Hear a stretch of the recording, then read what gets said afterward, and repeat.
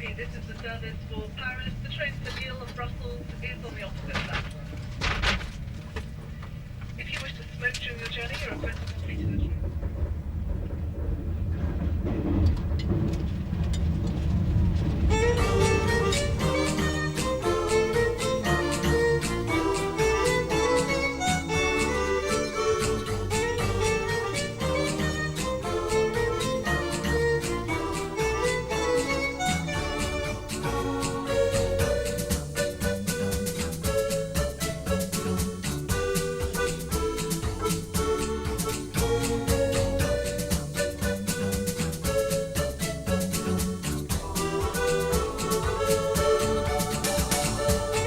In Paris, it sometimes seems that every building is beautiful and every street elegantly designed.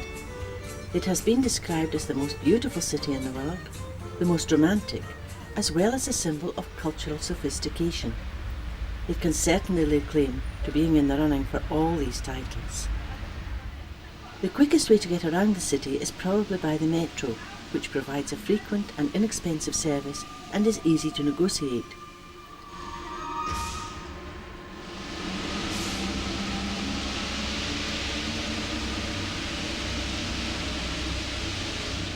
The Sacré-Cœur is one of a handful of images which says Paris, ranking with the Eiffel Tower, Notre Dame and the Arc de Triomphe. Construction of the Sacré-Cœur began in 1876 and it is on the hill of Montmartre, the highest point in Paris.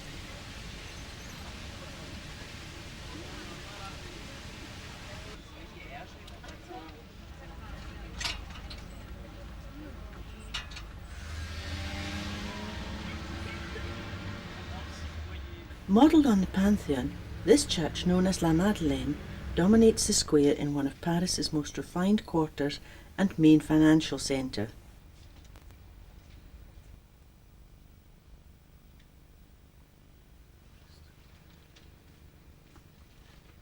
The Palace of Versailles is a must on the itinerary of any tourist, but it does tend to be very crowded.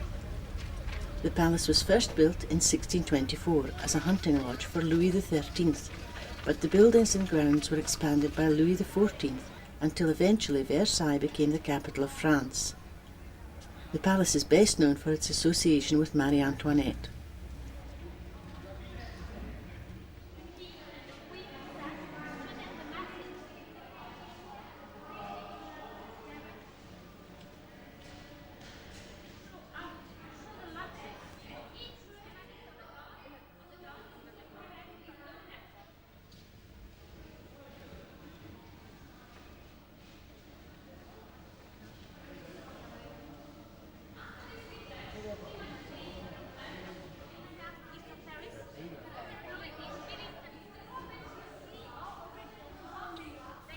This wing contains the King's bedroom.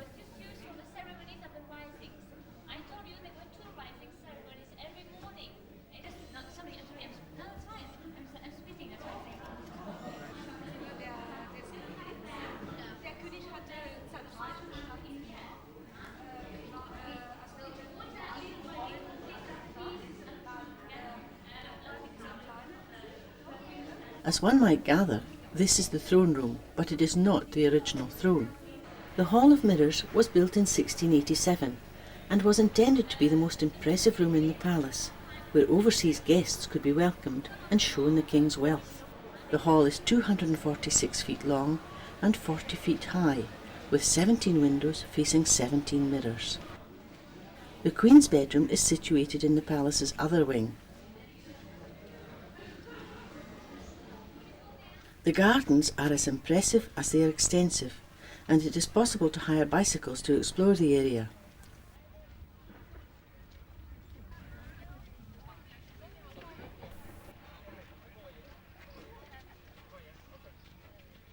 It was from this palace that Louis XVI and Queen Marie Antoinette started their journey, which led to the guillotine, which was situated on the western side of this square, the Place de la Concorde.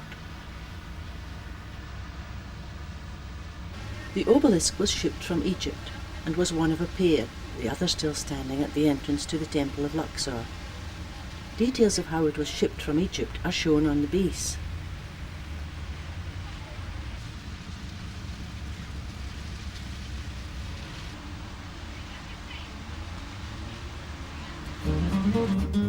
Another must in Paris is the Eiffel Tower. Built in the 1880s to commemorate the storming of the Bastille, it was opened for the 1889 International Exhibition of Paris, but nearly torn down when its planning permission expired in 1909. It was saved because its great height made it vital to the booming radiotelegraphy industry. Unfortunately, at this time, the top was closed for repairs, so there was only access to the second stage. You can go up via the stairs, but the less enthusiastic take the lift.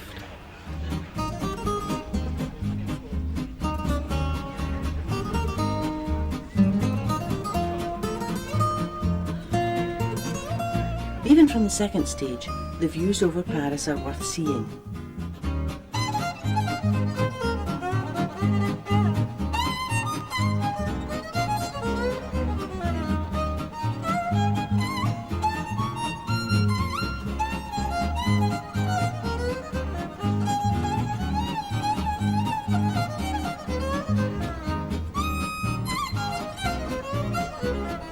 There is a glass section in the floor which lets you see straight down to the ground.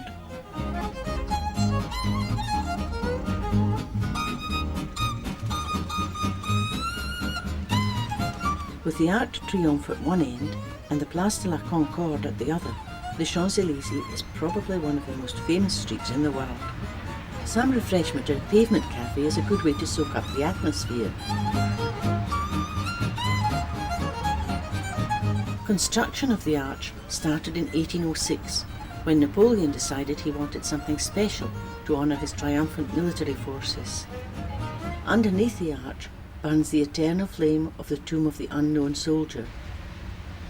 When l'Opéra opened in 1875, it was the biggest theatre in the world, with a stage that could hold 450 people. There is an artificial lake under the theatre, above which were cellars where lurked the Phantom of the Opera. The opulence of the inside can be seen from this cutaway model in the Musée d'Orsay.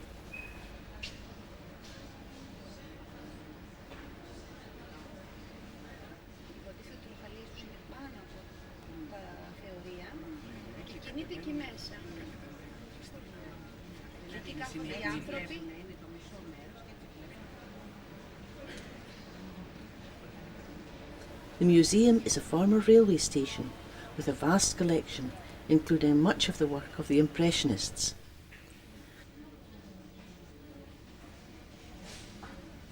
The Louvre is without doubt the greatest museum and art collection in the world, not only for the size and scale of the collection, but also the quality. It is also a beautiful building in its own right.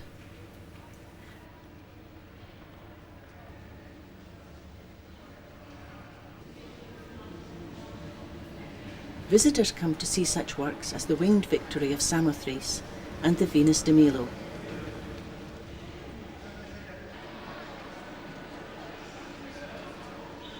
But the big crowd puller is, of course, the Mona Lisa, which is housed behind glass. Notre Dame is a masterpiece of medieval architecture, standing solidly alongside the banks of the Seine as it has done for 600 years. Should you feel inclined, you can climb the 380 steps up to the tower, stick a cushion up your back, and do your impression of Quasimodo. There are some intriguing carvings round the doorway.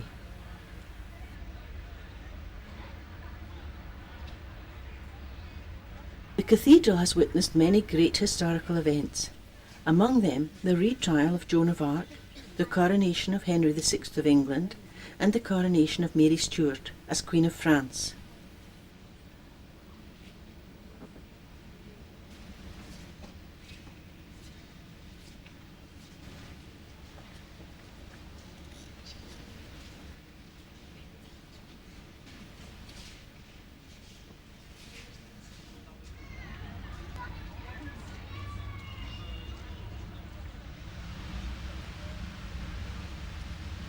Even the Hôtel de Ville, the town hall, is impressive.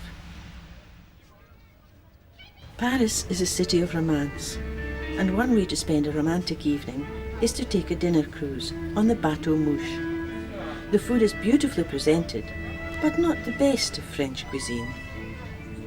However, The atmosphere, together with the opportunity to see Paris by night at a leisurely pace, makes it an evening to remember.